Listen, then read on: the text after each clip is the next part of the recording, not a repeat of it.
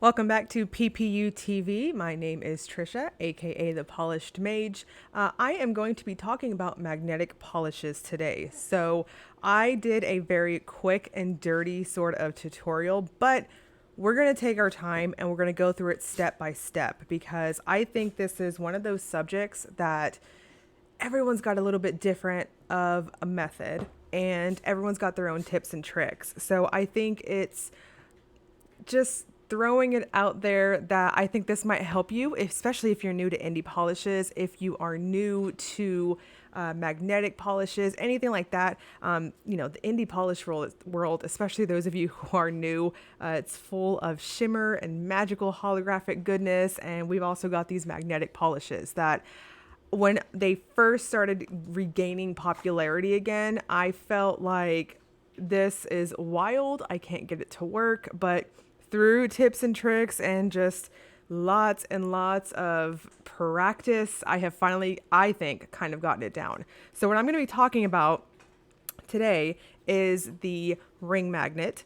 Those of you who are subscribed to my channel, I've gotten quite a few questions. I've recently favored using this one again, just because I like to switch it up and constantly make things different and new and show basically other ways that you can wear things like magnetic polishes. So this is what the magnet looks like. We're gonna have a little bit more of a close-up, if you will, here in just a few moments, but this is what we're gonna be using and comparing to the neodymium magnet. This is another one that I used so much.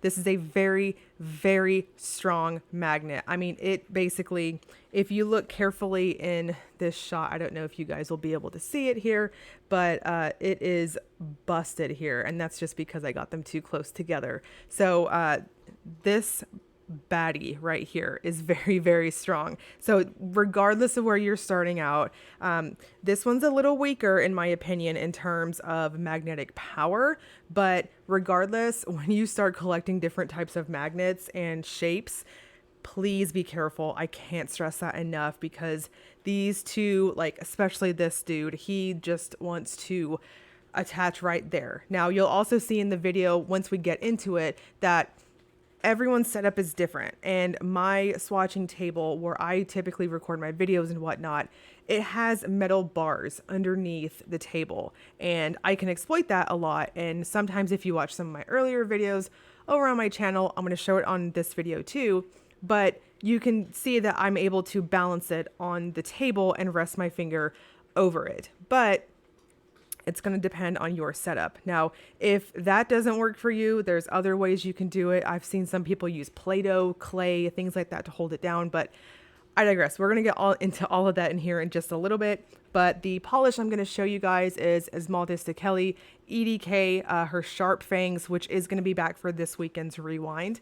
I did get the request this morning on Instagram to do Mahalo, if I'm not mistaken. Unfortunately, I'm not sure where I put it. I'm so sorry. But thankfully, I was able to pick one that is same brand, but is going to be back for Rewind. So there's that.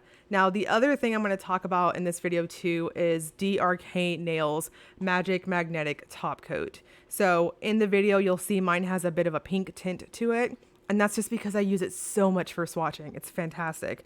These three items, the bar magnet, the ring magnet, and DRK's Magic Magnetic Top Coat, are going to be available through PPU's Essentials shop. Now, you will be able to grab the ring magnet in August. So for August's shop, that's something we're going to have. I know Lisa's been talking about it a lot, that we should have quite a bit to cover everyone. But in the meantime, the top coat and the bar are in the Essentials shop if you wanted to grab those. So we're going to just dive right in, and I'm going to talk to you guys while I show y'all my quick and it's quick and dirty for lack of better words. But again, we're going to go through it, and maybe this will help some of you guys, and we're going to talk about different pigments, all that good stuff. So I'll quit blabbing and let's dive right into the tutorial.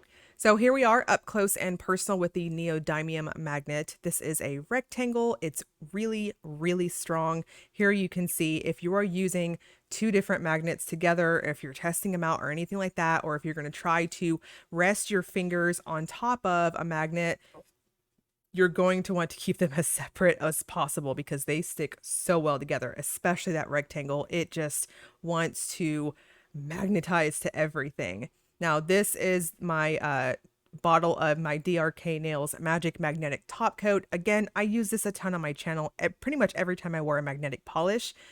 Please note, when you order it, it is a clear bottle. Mine's just been muddied a little bit over the months with my magnetic polishes. Now, here is a Sharp Fangs. I can't talk.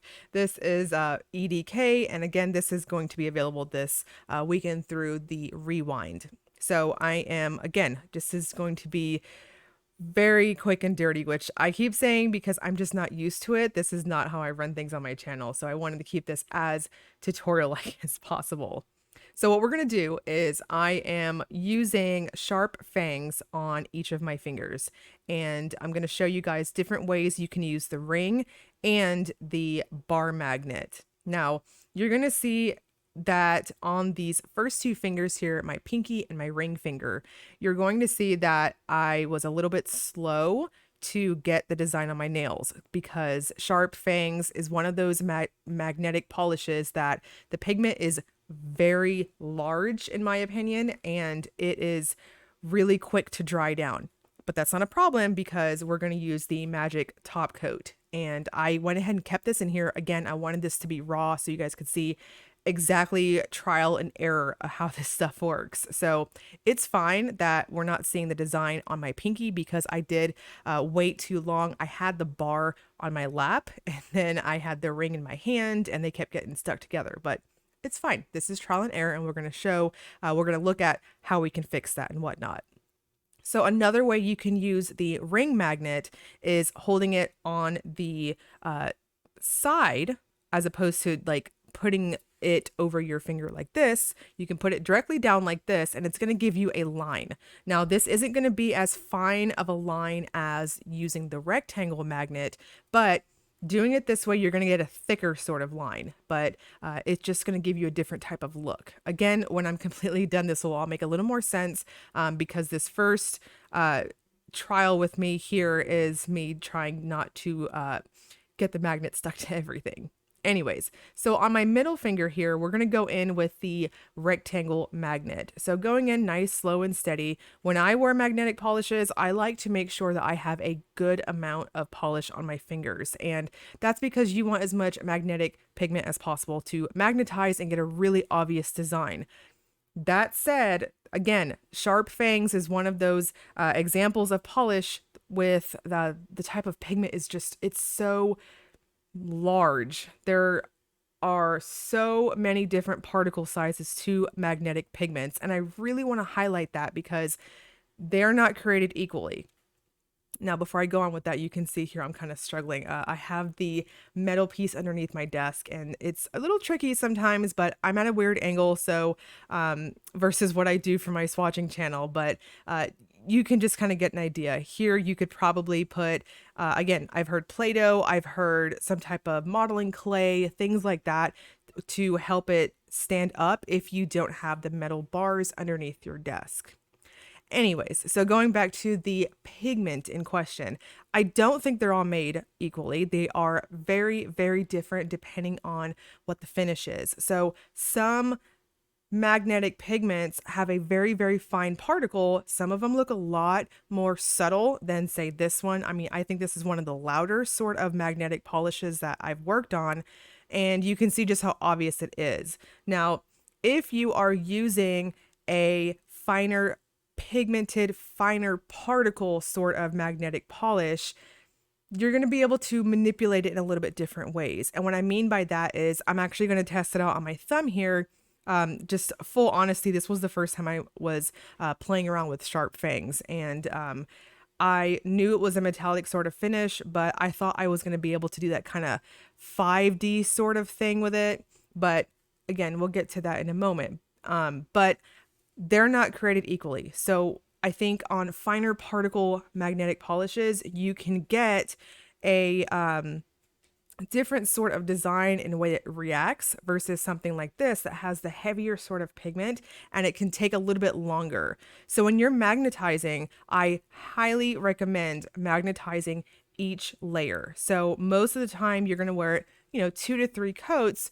In my opinion, if you want that strong, stark line or design, you're going to want to magnetize each of your coats. So that's where it comes in for preference in, do you appreciate the finer particle ones, which might need a little bit longer for the magnet, or ones like this where it's pretty quick to react to a magnet.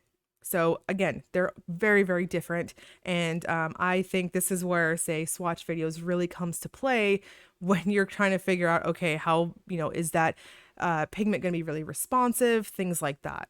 So now going in with my second coat, you can see that now I was able to I had my stuff straight and I was able to just get in there on the right time and not have it dry down too quickly. So you can see a little bit better of an idea that, in my opinion, on the ring magnet, I like it to have the design that's on my pinky here, where I just kind of lay it on the side and it gives you that kind of double sort of repelling action.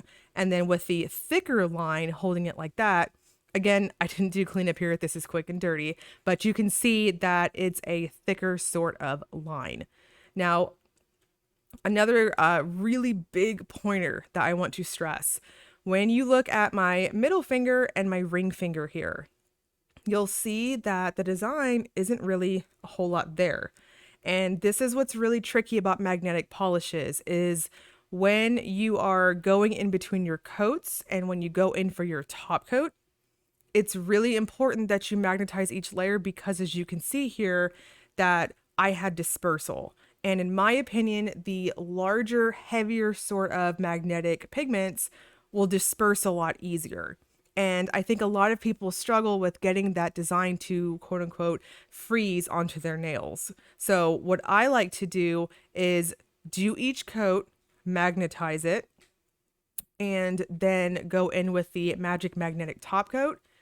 Make sure, because in a moment you'll see it re-wets the bottom layers, and you're going to go in with your design once more. Then go in with your glossy top coat, magnetize that. It sounds like it's a lot of work, but, and I do agree with that, I do think it's a lot of work, but I think it's worth it. The payoff that you see and the movement and all that good stuff is, it's no nail art per se, but a little bit of patience, and the payoff is, really, really good. Another thing that I like to kind of test out whenever I am swatching magnetic polishes, this little trick right here with the neodymium bar magnet, where I have it underneath my fingers, that doesn't always work for every single polish. Again, the pigments are not created equally, no matter what they look like. So on this particular polish, personally, going in with that neodymium magnet, I wouldn't really recommend it, because even using the Magic Magnetic Top Coat and going in and then re-wetting it with that, I didn't find that it gave me the most stark line. And that's just because I think the pigment is a little heavier. I have done it with a lot of finer particle pigments, and I have found that works beautifully. So I don't know if you could see it on the video here, but my index finger here, it's dispersed quite a bit back down. So trial and error, depending on the type of pigment, is depending on what kind of design I think is going to work best for it, and all that good stuff. So at this point in my little manicure session here, I am using the Magic Magnetic Top Coat. Now this is a really thin, watery consistency. I like to go ham with it. And as you can see, especially on larger particle sizes like this, it is re-wetting it. And I think this is a really good example of it doing that. And you can see that going in with that with the magnet, you're further sealing in your design. So what the DRK top coat does, re-wets all those layers again, and then you're basically pulling it one more time with that whatever magnet that you're using.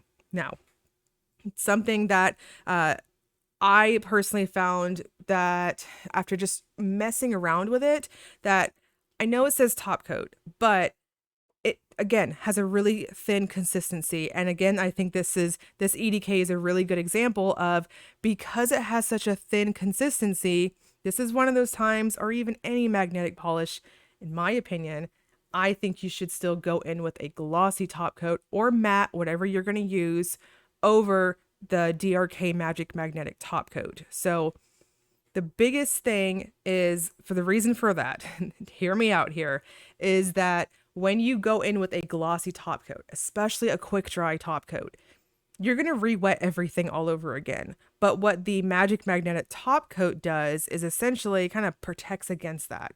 So when you go in with the DRK, you're re-wetting it, you're resetting everything, and kind of freezing it at that point.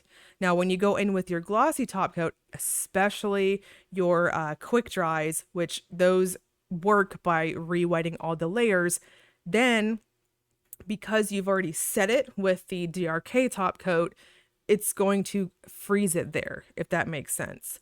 Now you'll see here in a moment that on my index, again, you can kind of see it a little bit on the video here with me, that it does set.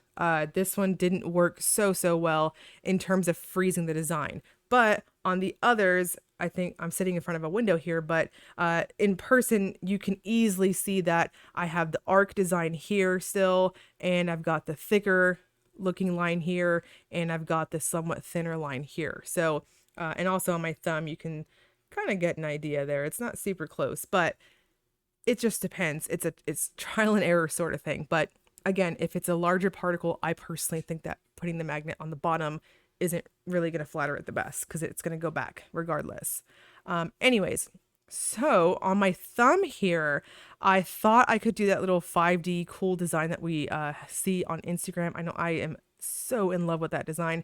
I thought I could do it with this one, but again, this has a heavier particle size to it.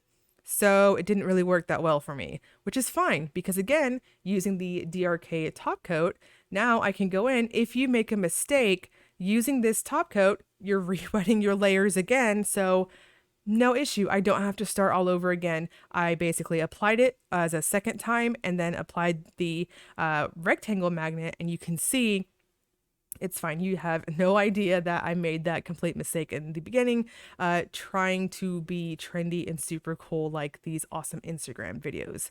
But yeah, it's very forgiving, and you can kind of manipulate your polish however you need. And if you make a mistake, yeah, just go back over with it and you're fine. Now, when you are done at this point, so now I'm going to go in with a glossy top coat. So I grabbed the quickest one that has been next to me, and that I'm using Sweet and Sour Lacquer's gloss sauce. And you can see it's quick dry, and you'll see it because I put the DRK on the bottom, it's going to help as a barrier to hold that design, if that makes sense. Now, when you do this, just to cover all your bases, you're going to want to finish off with your magnetic, whatever design you're using once more. Now, I think a big thing to also consider as well, how long are you holding this magnet on each of your layers? Again, that depends. Sometimes the pigments, in my experience, have reacted really fast, so I'm holding it there for maybe 10 to 15 seconds. And then there's other times where I have had to do it up to 40 seconds per nail per layer. So again, it really depends. I think magnetic polishes, it's just one of those things. I think it really helps when you see videos like this to kind of get an idea for how fast is it going to pull. Really pay attention to the bloggers' reviews and stuff for that particular aspect. I think that's really important, so that going into it, I'm really going to need to use the Magic Magnetic top coat, or I'm going to need to set up a little bit extra time, because this is going to be maybe 30-40 seconds, or this was a finer particle one and I need to be real quick about my steps, and I'm able to be a little faster.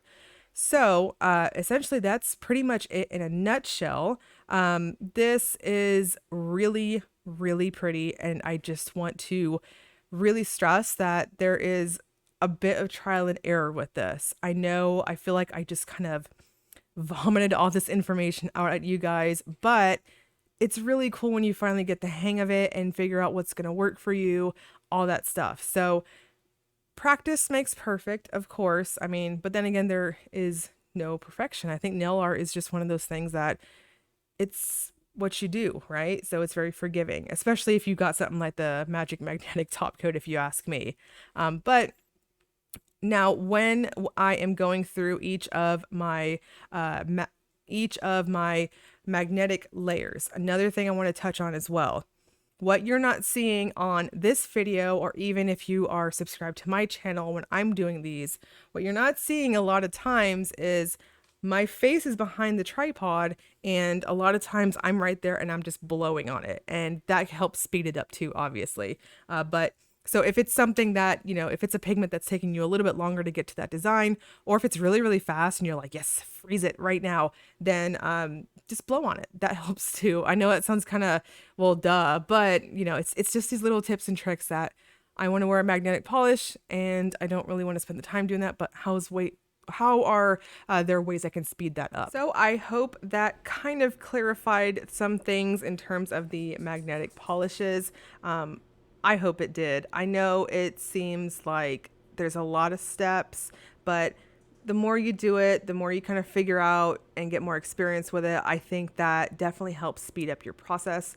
They're beautiful and they're totally worth it. But again, I can't stress enough, they're not made the same. So it just depends on what type of pigments and whatnot that you're working with. So again, I want to note Polish Pickup Rewind is this weekend. And Sharp Fangs is going to be one of them that's coming back. And you can also grab DRK's Magic Magnetic Top Coat if you so choose, and the rectangular neodymium magnet if you wanted to do that. And again, the ring magnet, this one's coming in August. So it'll be here for the August shop if you're wanting to grab one, if you haven't gotten one yet. But again, please, please be careful, especially those of you who are just now getting into this stuff. These break so easily, not just the rings, but I've had bars break, all that stuff. So just be really, really careful, as these magnets are very, very strong. So again, I hope I helped some of you. I hope this was even slightly helpful. Please let me know in the comment section if there's any other tutorials I can do for you guys. Something I can go real slow, just take it easy, and we can go step by step through it. Let me know what you guys want to see.